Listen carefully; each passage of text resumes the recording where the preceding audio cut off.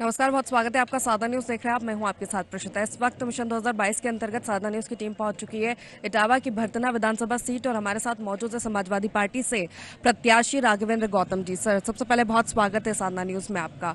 20 तारीख को इस विधानसभा सीट पर मतदान होना है, किस तरह की तैयारी है समाजवादी पार्टी की? सबसे पहले तो साधना चैनल को बहुत बहुत मेरी तरफ से आभार, शुक्रिया कि उन्होंने मुझे समय दिया और मेरे संदेश जनता तक पहुंचाने के लिए जो मेरा सहयोग कर रहे हैं इसके लिए बहुत बहुत धन्यवाद, बहुत बहुत आभार, शुक्रिया। आज उत्तर प्रदेश की जो सरकार चल रही है, पहले तो लोगों को झांसे में लिया कि डबल इंजन की सरकार है, हमें बहुमत दो, और इस प्रदेश की जनता ने बहुत उनको प्रचंड बहुमत दिया। लेकिन नतीजे में जनता अपने आप को आज ठगा और छला हुआ महसूस कर रही है कि प्रदेश में किसी भी तरीके का कोई विकास कार्य नहीं हुआ, किसी भी तरीके की ऐसी योजना नहीं आई कि जिससे कि आम आदमी को कुछ न कुछ उससे लाभ होता। आज उसी नाराजगी का कारण ये है कि आज समाजवादी पार्टी की जो नीतियां पिछली सरकार में रही हैं और आज वर्तमान में जो हमारा संकल्प पत्र है, उससे आज जनता अपने आप को एक भरोसा भी हमसे उन्हें लग रहा है और उन्हें लग रहा है कि उत्तर प्रदेश का संपूर्ण विकास जो हो सकता है, सर्वोच्च विकास हो सकता है, वो समाजवादी पार्टी ही कर सकती है। इसलिए सर्व समाज के लोग आज समाजवादी पार्टी के मुखिया में आस्था रखते हुए, उनमें अपना हक समझते हुए आज समाजवादी पार्टी को प्रचंड बहुमत मिल रहा है और इसका नतीजा 20 तारीख को साइकिल वाले सामने की बटन दबा करके यहाँ की जनता के सम्मानित मतदाता भरतना विधानसभा के बहुत बड़े पैमाने पर साइकिल की बटन दबा करके हमें जिताने का आशीर्वाद देंगे। भरतना विधानसभा की सीट बात की जाए तो क्या कुछ समस्याएं यहाँ की जनता में आप देख पा रहे हैं? क्षेत्रों का दौरा कर रहे हैं, ज्यादातर आबादी ग्रामीण क्षेत्रों में बसी हुई है, क्या कुछ वो विकास कार्य है जो वहाँ की जनता तक नहीं पहुँच पाए हैं? जैसे भरतना हमारा चावल का बहुत बड़ा उत्पादक यहाँ रहा है, जो भरतना में उत्तर प्रदेश में हमारा भरतना 2 नंबर पर जाना जाता था। लेकिन जब से ये सरकारें आई हैं तब से हमारा चावल का उत्पादन यहाँ से होना ही बंद हो गया एक तरीके से, इसलिए बहुत किसान परेशान है। और हमारी सरकार जब आएगी तो हमारा फिर से भरतना चावल का उत्पादन करेगा, पूरे देश विदेश में भेजने का काम करेगा। जैसे हमारा एक पठारी एरिया है जिसे हम बिहारांचल बोलते हैं, वहाँ असिंचित जमीन बहुत ज़्यादा है। हमारा प्रयास रहा है और पहले भी हमारी सरकार ने वहाँ सरकारी नलकूप, निजी नलकूप लगवा करके किसानों को बहुत राहत पहुँचाई है।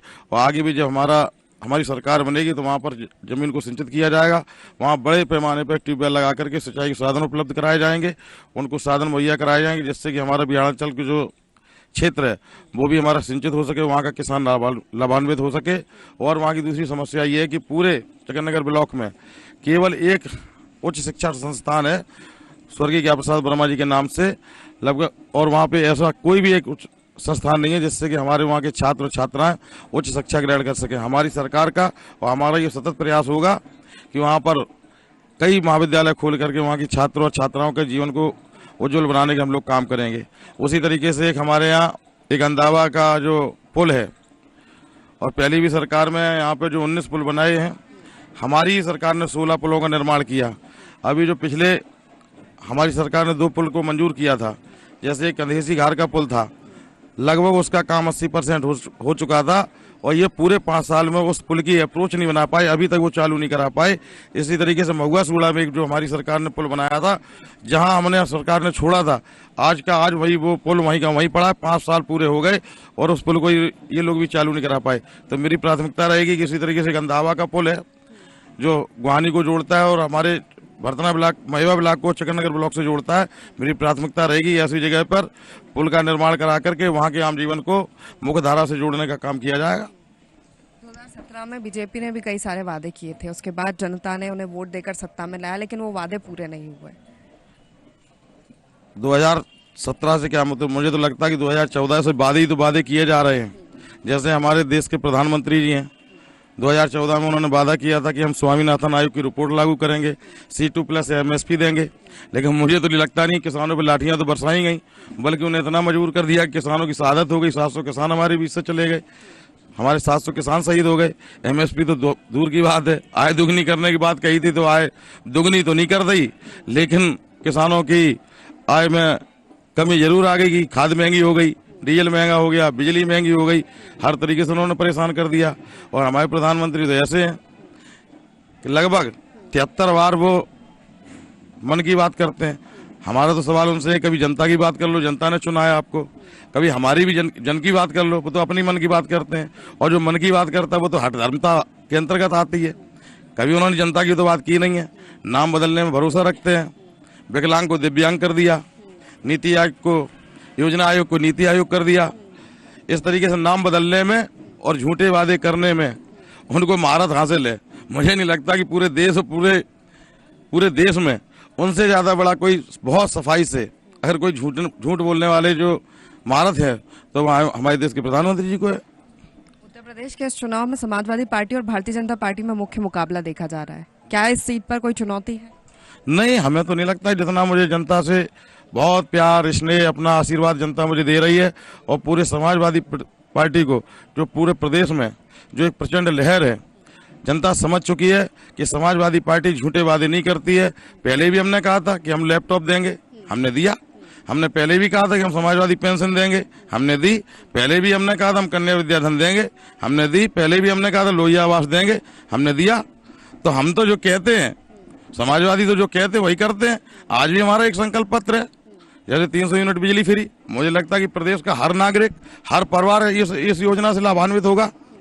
तो ऐसी तमाम योजनाएं हमारी। क्या होंगे 10 मार्च के नतीजे? 10 मार्च के बाद आप देखिएगा, आपको तो पूरे प्रदेश में घूम रहे, आपको खुद ही पता है कि हमसे आप क्या पूछ रही। पूरे प्रदेश में लहर चल रही, आंधी चल रही, सुनामी चल रही माननीय अखिलेश जी की। अखिलेश यादव की सरकार एक बार फिर। 100%। चलिए, बहुत बहुत शुक्रिया राघवेंद्र जी समय देने के लिए साधना न्यूज को। जिस तरह से वर्धना विधानसभा सीट से प्रत्याशी राघवेंद्र गौतम, जिनका कहना है कि 10 मार्च के नतीजे जो होंगे अखिलेश यादव की सरकार बनने वाली है, समाजवादी पार्टी के पक्ष में होंगे, और जो भी वादे किए गए हैं वो पूरे किए जाएंगे। कैमरा पर्सन समर के साथ मैं प्रशिता शर्मा, साधना न्यूज, वर्धना।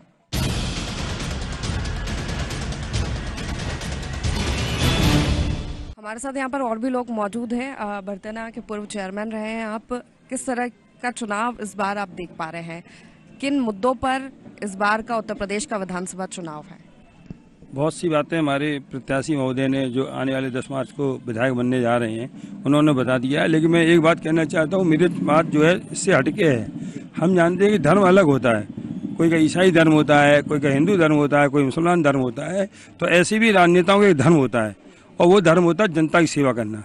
जनता के लिए ये नहीं कि हम मंदिर बनाएंगे, मस्जिद बनाएंगे, या हम 15 लाख देंगे, झूठे वादा न करें और झूठे धर्म के प्रति गुमराह न करें। हमारे प्रधानमंत्री जी ने, आपको देखा होगा कि पंजाब में कांड हुआ था, तो उन्हें कम से कम इतनी एसपीजी की सबकी सुरक्षा के बाद भी उन्होंने मीडिया के सामने कहा कि अपने मुख्यमंत्री से कह देना हम सुरक्षित बच के जा रहे हैं। ये कहीं संभव हो सकता था? प्रधानमंत्री जी पे कोई आक्रमण हो सकता है? ये क्या करते हैं, भावनात्मक रिश्ते जोड़ के उसको कैश करते हैं और पोत में तब्दील करते हैं। उनका कोई ये हिंदू धर्म नहीं है कि उन्हें मंदिर बनाना, उनको तब तक ये धर्म चलता है जब तक उनको वोट लेना होता है। उन्होंने 15 लाख की बात की, वोट लेने के लिए की। उन्होंने मंदिर बनाने की बात की, जबकि मंदिर कोर्ट के आदेश से बन रहा है। मैं आपसे फिर कहना चाहता हूँ, राजनेताओं को पब्लिक के प्रति वफादार होने चाहिए, धर्म के प्रति जनता। क्योंकि भारत एक ऐसा देश है जिसमें सभी लोगों धर्म के लोग रहते हैं, तो सभी धर्म के प्रति जो गद्दी बैठे वो सभी धर्म को एक निगाह से देखे। मैं ये कहना चाहता हूँ आपके चैनल माध्यम से कि राष्ट्र धर्म अलग होता है और धर्म अलग होता है। क्या बीजेपी धर्मवाद की राजनीति 100% कर रही है? धर्म के नाम पे भावना भड़का के अपना केस कर रही है, उसके बाद छोड़ देती है पब्लिक को। वर्धना की स्थिति की बात की जाए तो क्या लगता है? वर्धना 100% जीतेगी समाजवादी पार्टी। उत्तर प्रदेश में? उत्तर प्रदेश सरकार बनने जा रही है। कल इटावा का जनसैलाब देखा होगा आपने, पूरे अखिलेश जी के रोड शो में रात में 2-2 बजे तक आदमी खड़ा हो रहा है, और यहाँ भीड़ बुलाई जा रही है। अभी एक कार्यक्रम हुआ था इटावा में, भारतीय जनता पार्टी के मुख्यमंत्री जी आए थे, तो आशा बहुएं और आंगनबाड़ी लाभ वाली उनके बनाए गए लिस्ट कि किनको क्या मिला है, तो उनको बुला के वहाँ इकट्ठा किया गया, तब भी भीड़ इकट्ठी नहीं हुई। अभी इलाहाबाद में जब माननीय प्रधानमंत्री जी आए थे, तब इटावा से बसें भेजी गई थी, और आप देखा होगा कल रात में 11 बजे तक जनता सड़क पे ऐसे भाग रही थी जैसे कोई दीवानगी होती है। अखिलेश जी के प्रति, जनता के प्रति दीवानगी है, जुनून है। 10 मार्च को अखिलेश यादव की सरकार बनने 100% बनेगी। और भी लोग मौजूद हैं जी। क्या नाम है आपका? मनोज यादव, सदस्य जिला पंचायत इटावा। किस तरह की तैयारी देख पा रहे हैं? जनसंपर्क लगातार आप लोगों का चल रहा है, किन मुद्दों को लेकर? क्या सिर्फ विकास के मुद्दों को लेकर इस बार का चुनाव? हम लोग विकास का मुद्दा तो लेके चलते ही हैं। सबसे बड़ी बात यह है कि अब नौजवानों में बेरोजगारी की सबसे बड़ी बात आ गई है। किसानों की फसलें नष्ट हो रही हैं, खाद महंगी हो गई है, डीजल महंगा हो गया है, सिंचाई की सुविधाएं नहीं हो पा रही हैं।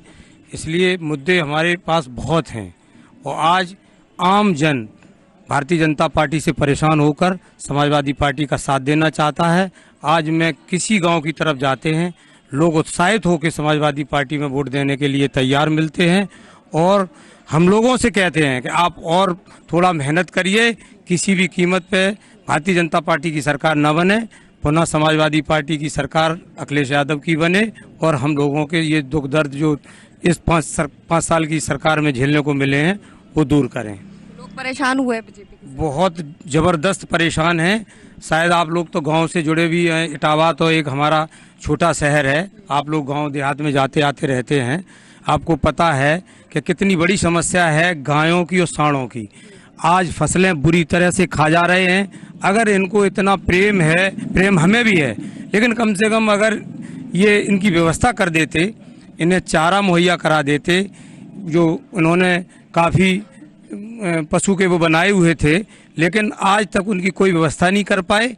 बुरी तरह से जहाँ पे उन्होंने इकट्ठे करने का काम किया था वहाँ भी स्थिति ये है कि वो मर रहे हैं, भूखों मर रहे हैं और बाकी के किसानों के खेतों में पूरा फसल चौपट करने का काम कर रहे हैं। 10 मार्च को 100% अखिलेश यादव सरकार में वापसी आएंगे और जनता ने मन बना लिया है कि भारतीय जनता पार्टी की विदाई तय है। चलिए, बहुत बहुत शुक्रिया तमाम चर्चा के लिए। तो जिस तरह से इटावा विधानसभा सीट पर 20 फरवरी को मतदान होना है, सभी पार्टी जोर आजमाइश कर रही है। वही समाजवादी पार्टी का भी लगातार जनसंपर्क चल रहा है और ये दावा किया जा रहा है कि एक बार फिर 10 मार्च को नतीजे समाजवादी पार्टी के पक्ष में होंगे। कैमरा पर्सन समर के साथ मैं प्रशिता शर्मा, साधना न्यूज, भरतना।